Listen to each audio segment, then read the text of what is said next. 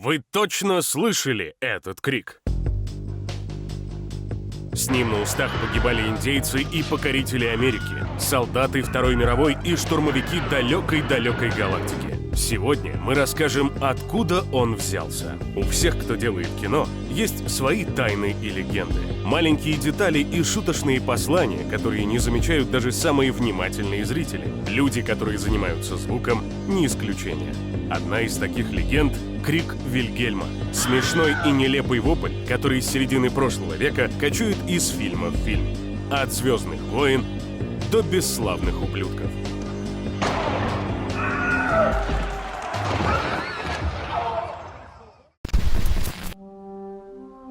В 1976 году саунд-дизайнер Бен Берт подбирал звуковые эффекты для фильма своего друга. Друга звали Джордж Лукас. Он только что показал рабочую версию первых «Звездных войн» своим коллегам. Те не церемонились. Фрэнсис Форд Коппола назвал картину детским бредом, а Брайан де Пальма — пердежом. За доработку черновика в итоге взялся целый штат специалистов, в том числе и по звуку. Одним из них был Бен Берт. За пару лет до этого в поисках необычных звуков Бен отсматривал старые фильмы и обратил внимание на вестерн «Атака на реке Фезер». В картине солдат по имени Вильгельм отчаянно кричит, когда в его ногу вонзается стрела индейца. Wilhelm! Yeah, I'll just fill my pipe. Берт немедленно похитил интересный сэмпл себе в коллекцию. Спустя 3 года в «Звездных войнах» крик принадлежал уже безымянному штурмовику. Эффект оказался таким уместным, что в следующем эпизоде «Империя наносит ответный удар» его использовали уже дважды. Всего 2 фильмами Бен Берт умудрился сделать крик Вильгельма не только своим фирменным знаком, но и тонкой шуткой для всех работников киношного звукового цеха. Крик перекочевал из вселенной «Звездных войн» в следующую эпопею Лукаса. А потом и в фильмы других режиссеров.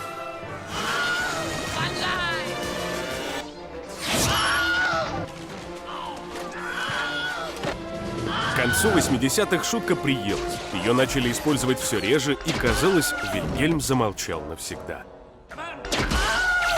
Но в 90-х о нем узнал молодой и подающий надежды режиссер Квентин Тарантино.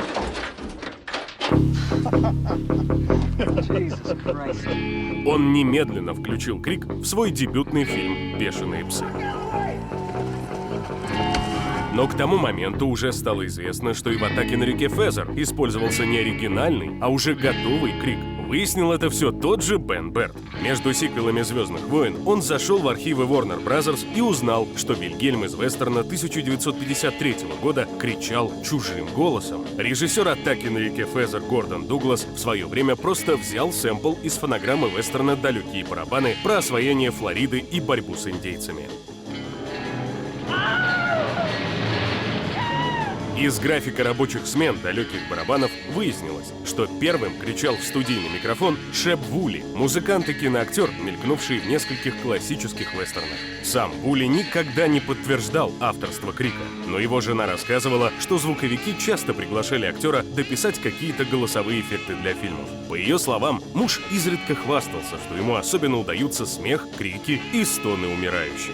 16 сентября 2003 года Шеп Вулли скончался от лейкемии, а через 3 недели на экраны вышла первая часть «Убить Билла» Тарантино. В тот день на каждом сеансе по всему миру дважды раздавался крик Вильгельма. Сегодня этот легендарный эффект можно обнаружить в самых неожиданных местах. Киноведы и киноманы составляют списки и компиляции всех криков Вильгельма и, делая звук любимых фильмов погромче, до сих пор силятся расслышать предсмертный визг в исполнении Шеба Вулли.